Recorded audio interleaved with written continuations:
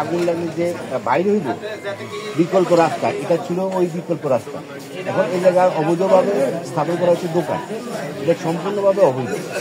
কাজে বলতে যে আপনার মালিককে বলেন ভাইয়া সার্ভিস প্লাস সাংবাদিক, আমরা এত কথা না বলছি, নামান তারাই নামান আপনি নামাইতে পারেন। আমরা মালিককে খবর দেন, মালিককে খবর দিয়া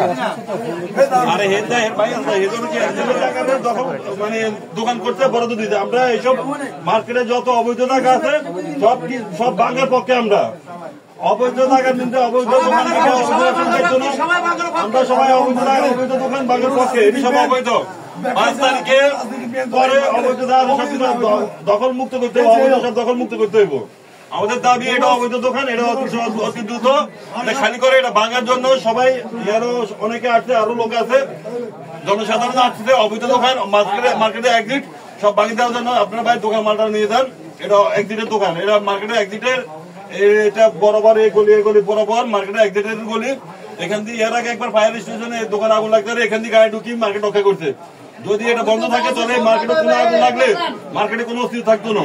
আপনারা মালটা নিয়ে যান, অবৈধ দোকান মালিকরা করেন, মালটা নিয়ে যেত, নাহলে কিন্তু পাবলিক যদি কিছু করে দায় কেউ দিত না। আমরা মালটা নিয়ে যান, অবৈধ দোকান